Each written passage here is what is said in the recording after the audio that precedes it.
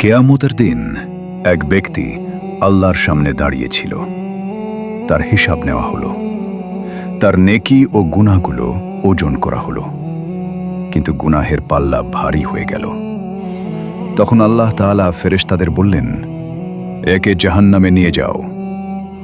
ফেরেশতারা তাকে ধরে নিয়ে যেতে লাগলো, কিন্তু ওই ব্যক্তি বারবার এদিক ওদিক তাকাচ্ছিল, কখনো ডানে কখনো বামে।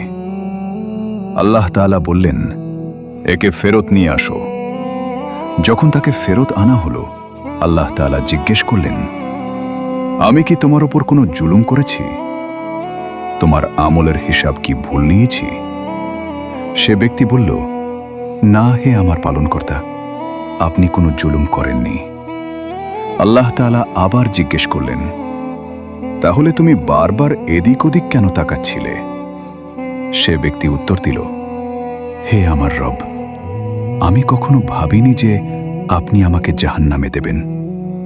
আমি সব সময় আপনার ক্ষমার আশা করতাম।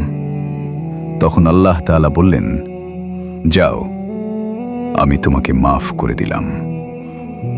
এরপর আওয়াজ এলো, হে আল্লাহ, ওই হাতকেও জান্নাত দান করুন যে এই ভিডিওটি শেয়ার করবে। যদি আপনার আল্লাহর রহমতের উপর ভরসা থাকে, তবে এখনই লাইক বাটনে চাপ দিন।